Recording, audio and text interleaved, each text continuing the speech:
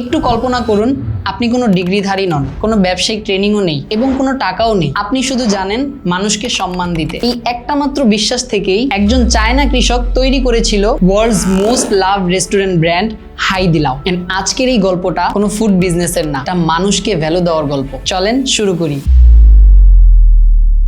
চীনের Sichuan Province একটা দরিদ্র গ্রাম। সেখানে জন্ম নেয় এক ছেলে যার নাম জাং ইয়ং। তার পরিবার ছিল কৃষক, যার কারণে পড়াশোনা খুব বেশি দূর যায়নি। কাজ বলতে ছিল factory worker, small job and survivor. তার জীবনে কোনো বড় স্বপ্নই ছিল না, ছিল শুধু একটাই চিন্তা, সে চায় মানুষ তাকে সম্মান করুক। একদিন কোনো কিছু না ভেবেই জাং ইয়ং তার 3জন বন্ধুকে নিয়ে খুলে ফেললো একটা ছোট্ট হটপট রেস্টুরেন্ট, নাম হেইদিলাও। এটার মানে হচ্ছে সমুদ্র থেকে সুখ কুড়িয়ে আনা। দোকানটা ছিল ছোট, সস্তা, কোনো ব্র্যান্ড ভ্যালুই নেই। আর চীনে তখন হটপট রেস্টুরেন্ট হাজার হাজার, অ্যান্ড ফেইলিওর হওয়ার সম্ভাবনাটা ছিল প্রচুর। জাং ইয়ং একটা জিনিস লক্ষ্য করলো, সব রেস্টুরেন্ট চেষ্টা করছে ভালো রেসিপি দিতে, কম প্রাইস দিতে, কিন্তু কেউই গুরুত্ব দিচ্ছে না কাস্টমার এক্সপিরিয়েন্স নিয়ে। সে সিদ্ধান্ত নিল, অ্যান্ড এটাই ছিল তার টার্নিং পয়েন্ট। আমি খাবার দিয়ে না, আমি মানুষ দিয়ে বিজনেস বানাবো। মজার বিষয় কি জানো, তার রেস্টুরেন্টের ফিচার ছিল কাস্টমারকে স্মাইল দিয়ে গ্রিটিংস জানানো। একটু যদি ওয়েট করতে হতো, ফ্রি স্ন্যাক দিত। লেডিসদের জন্য free manicure, mobile cover, hair tie সব ফ্রি।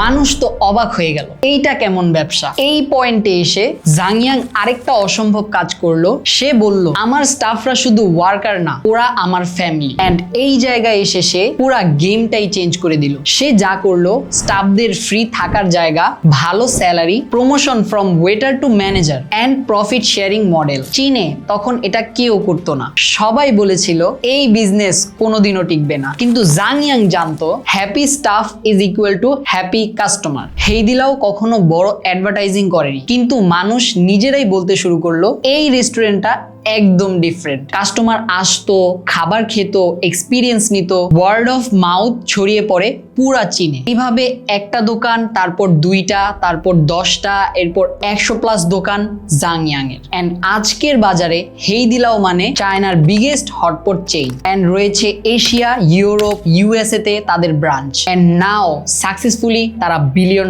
কোম্পানি। আর জাং ইয়ং একজন কৃষকের ছেলে থেকে আজ চায়নার বিগেস্ট রিচেস্ট ম্যান। কিন্তু সে আজও বলে, আমার বিজনেস সিক্রেট মানুষকে মানুষ হিসাবে দেখা। তো এই গল্পটা আমাদেরকে কি শেখায়? শুধু প্রোডাক্ট না, শুধু প্রাইস না, ব্যবসা করতে হলে লাগবে respect, trust and human value. আপনি যদি ক্লোথিং বিজনেস, অনলাইন শপ কিংবা স্মল স্টার্টআপ হয়ে থাকেন, মানুষকে ভ্যালু দিলে আপনার বিজনেস গ্রো করবেই। সো স্টোরিটি আপনাদের কাছে কেমন লাগলো আশা করি কমেন্ট সেকশনে জানাবেন। অ্যান্ড বিজনেস রিলেটেড আরো ইনফরমেটিভ ভিডিও পেতে চাইলে আমার চ্যানেলে সাবস্ক্রাইব করতে পারেন, কিংবা আমাকে সোশ্যাল মিডিয়াতে ফলো করতেই পারেন। দেখা হচ্ছে নেক্সট ভিডিওতে। আল্লাহ হাফেজ।